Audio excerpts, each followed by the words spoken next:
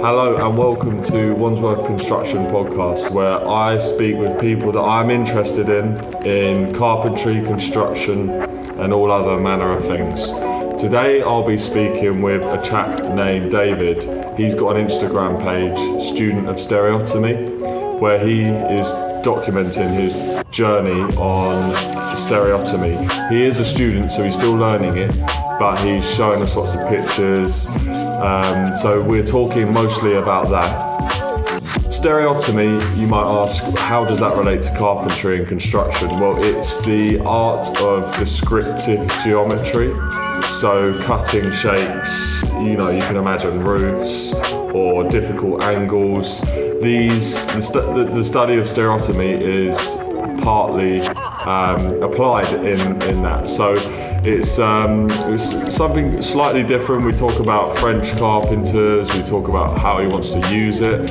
Unfortunately, the initial part of the chat got cut off due to technical issues. But I didn't want you guys to miss out on the chat and maybe hopefully learn a couple of things. So I decided to post it anyway. Let me know what you guys think.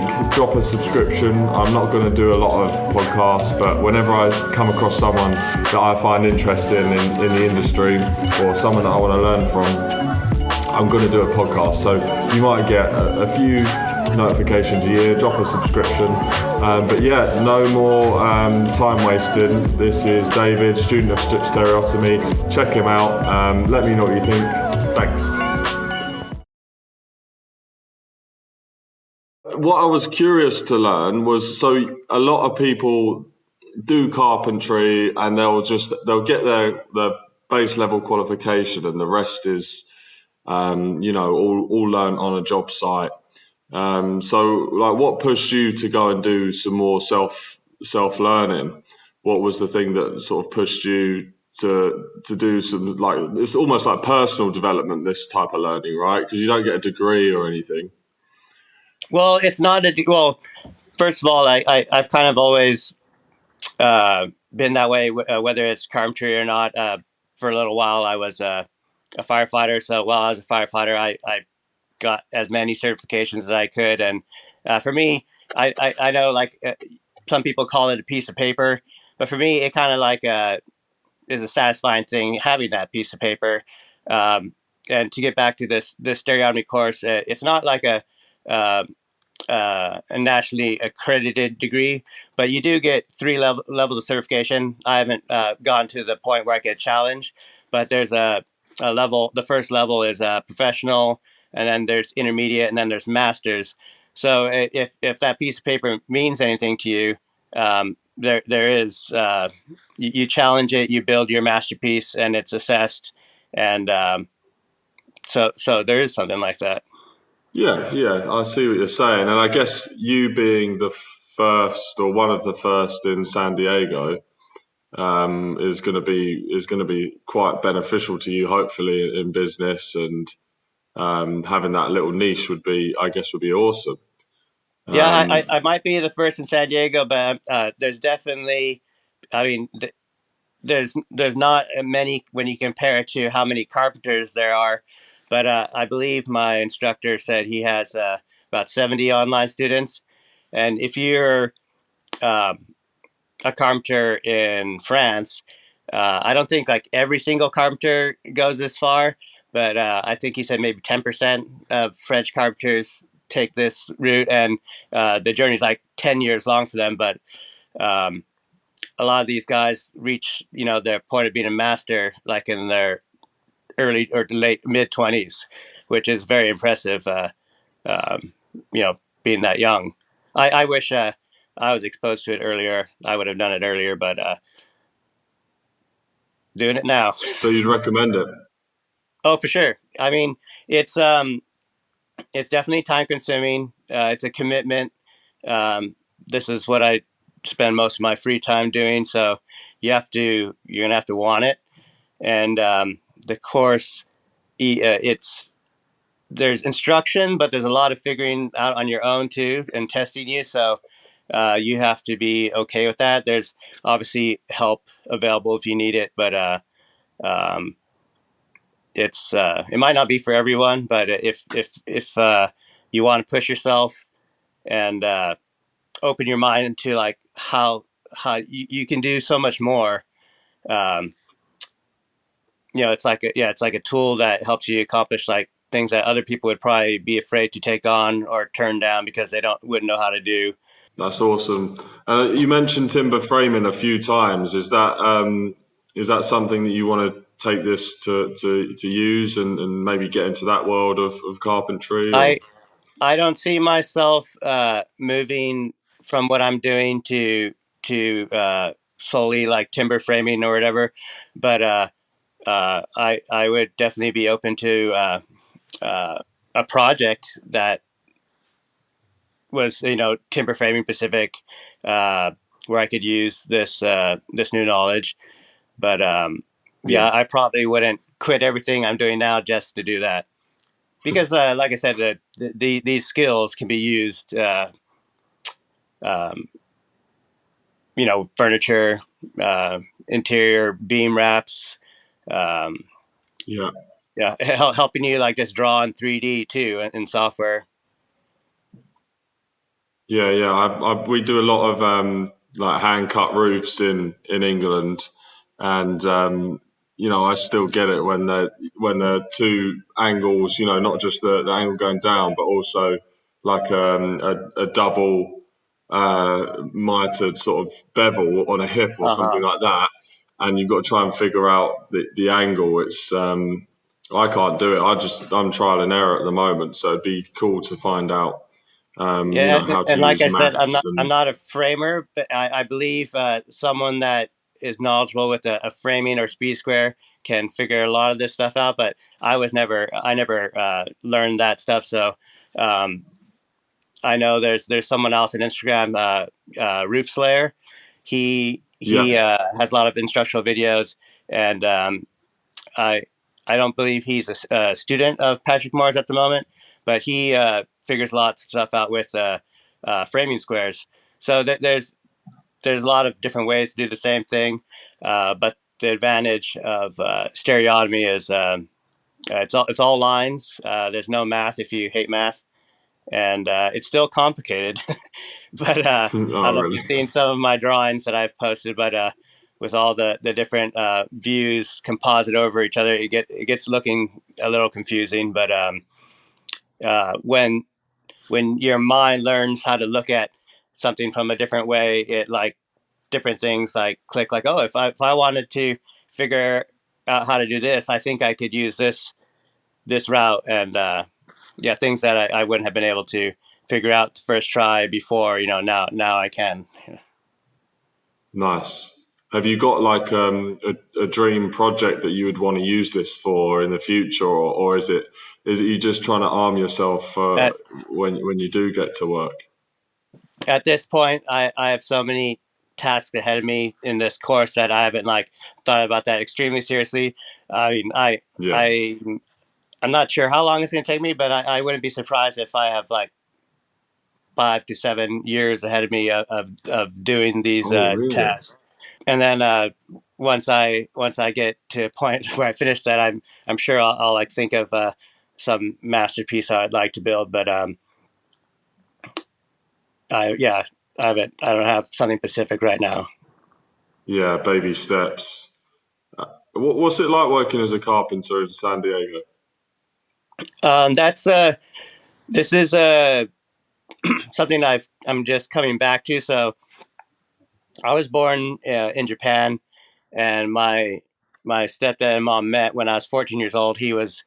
Uh, he's an American, but of Italian descent. So he was a carpenter, and so from the age of 14, I started not doing stuff professionally, but projects in the shop. So that's when I was first exposed to that.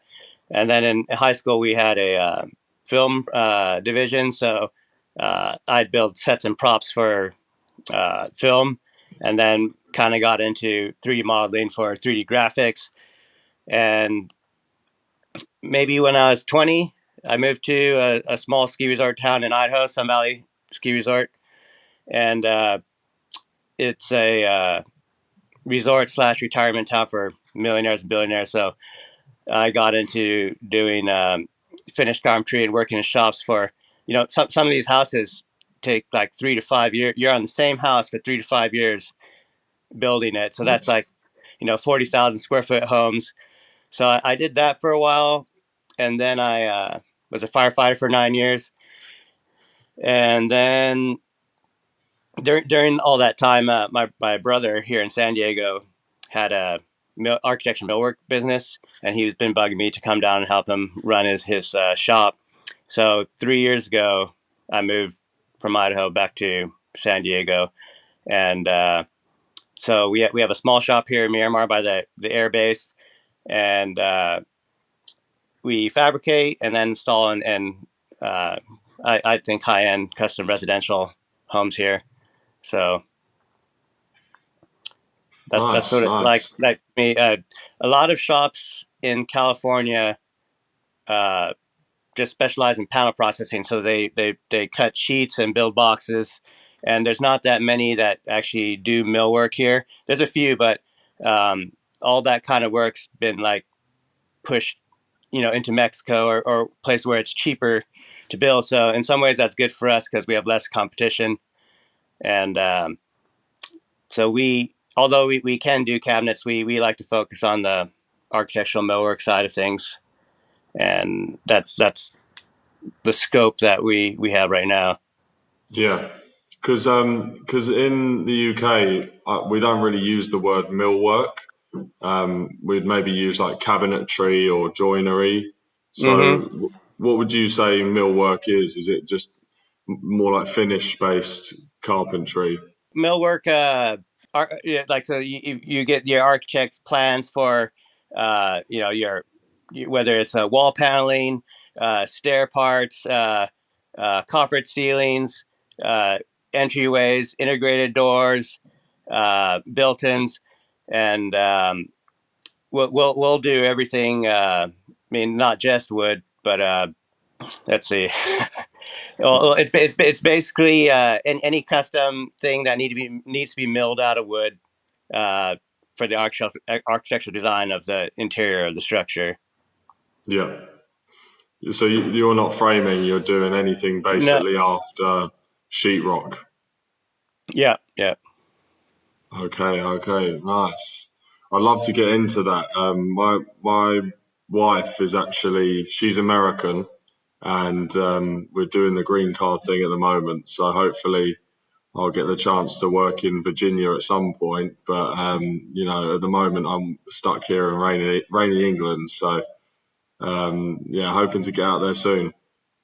yeah. In 2017, I did a Euro trip, and we were in London for a day.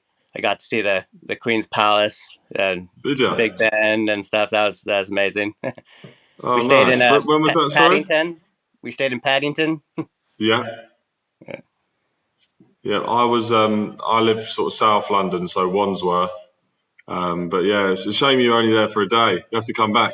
Yeah, yeah. And did you get the chance to see any of the French carpenters or anything like that, or was it just you were just sort of traveling and No, in 2017, I didn't even know that all existed, the French companions and stuff. If I did, I definitely would have went out of my way to. They have museums there with masterpieces that you could go see, but unfortunately, at that time, that was before I knew about any of this, so I did not. yeah, yeah, yeah. I feel pretty ignorant because I don't like we right next to France. You can get there in a couple of hours, and I don't know anything about the French side of it. Well, I guess it boils down to like the language thing, right?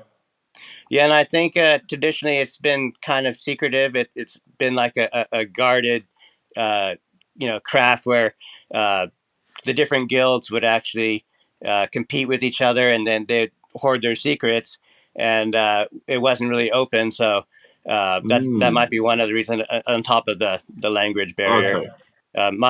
my instructor actually is from Canada, so when he applied to take or do that training, I think they figured, oh, he's from French Canada, so he probably speaks French. But he got there, not being able to speak French at first and had to learn French. So you've seen like how complicated like this stuff is. Can you imagine not being able to understand French? And so he had to learn French, and I think he finished like quicker than most people do. And I think I feel very lucky that he has taken on like sharing this knowledge in English to people that are interested. Yeah, yeah, that's awesome. He must be like banned from because you said the guilds were secretive, so he's like released all their I'm not sure secrets. if he I don't think he's banned, but there may be some people that aren't happy. Yeah, uh, fair, fair. but yeah, screw them, right? Oh, nice. Well, even seeing your Instagram and like what you're getting up to, it's just it's really intriguing if you're a carpenter and you wanted to do more. So I appreciate all the stuff you're posting, mate. It's cool to see. Yeah, and if my professor ever watches this video, I apologize if I'm getting any of the facts or information wrong. But as far as I know, I think what I've said is close to accurate. Yeah, and your Instagram is student of stereotomy, not expert of stereotomy. So you can Uh, only speak as a student, right? yeah, yeah. You're learning, so there's no shame in that.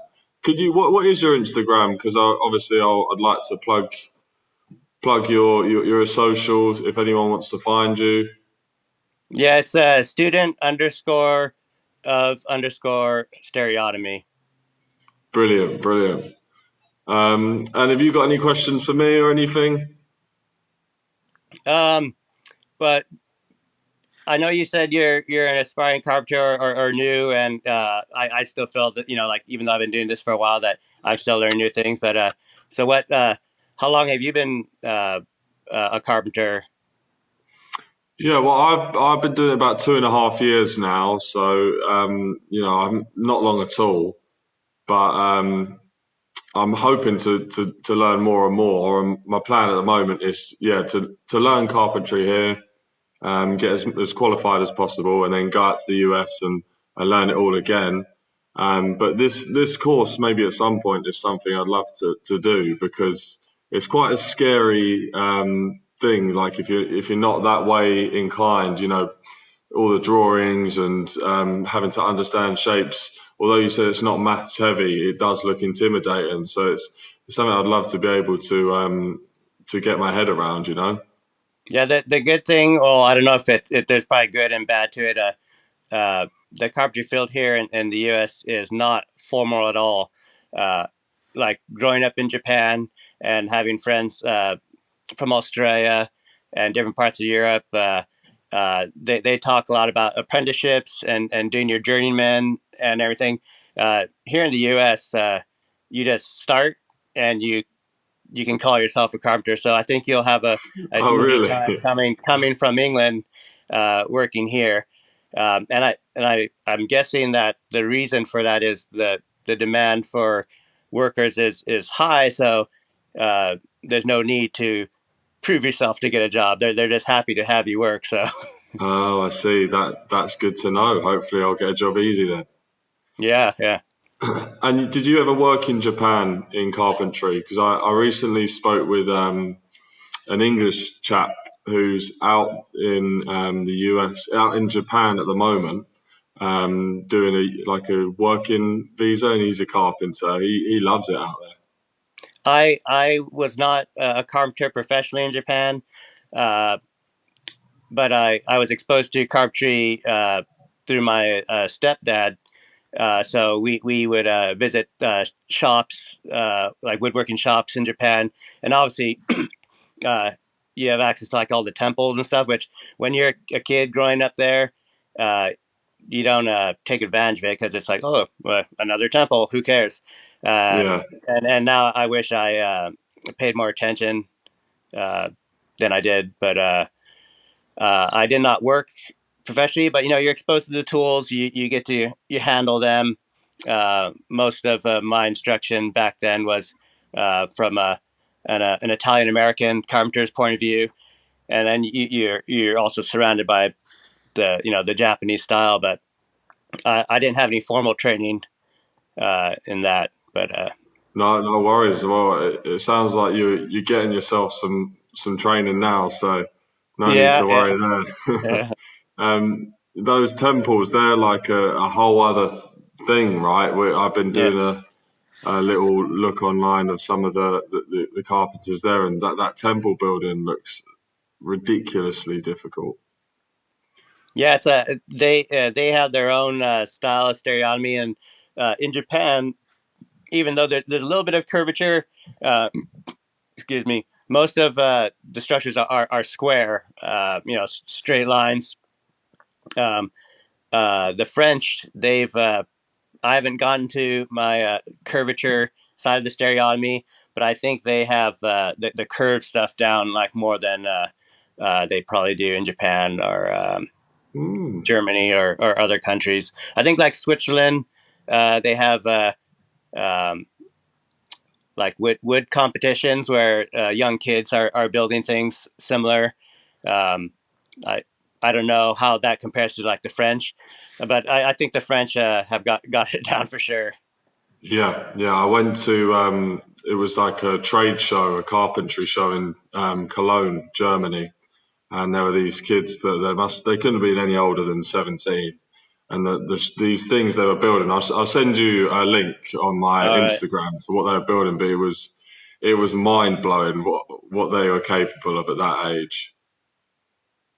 Yeah, no, for sure. Like I'm 44, and I think a lot of Patrick students are older, um, and I think that's just because we didn't even know that this was existed, and it hasn't been available until recently. So we're catching up now. But Nice. I'm kind of jealous of the young 20-year-olds in France and other countries that Yeah. still teach us that they're in their mid 20s and are already masters. Yeah, exactly, exactly. We had on the job site, in one of my last companies, we had this Swiss guy came on site, and he couldn't speak a lick of English. So we didn't know that he was like a master carpenter. So he was Uh, like out in the backyard with a shovel for a few months until somehow we figured out that he was really good at carpentry. Like, oh right, could get up here and uh, on the wood. Yeah, cool. Right, so any other questions? uh, I don't have any other questions. Is there anything else you had in mind to ask? What I'd love to do is maybe catch up with you, maybe when you get to the next stage or whenever you feel like you've learned a little bit more to talk about, and maybe next time I'll have a better internet connection or a bit more stable internet connection, so we can have a chat about maybe in a little time of what you doing then. Yeah, for sure. Have a great day, mate, and I'll speak to you soon. Bye.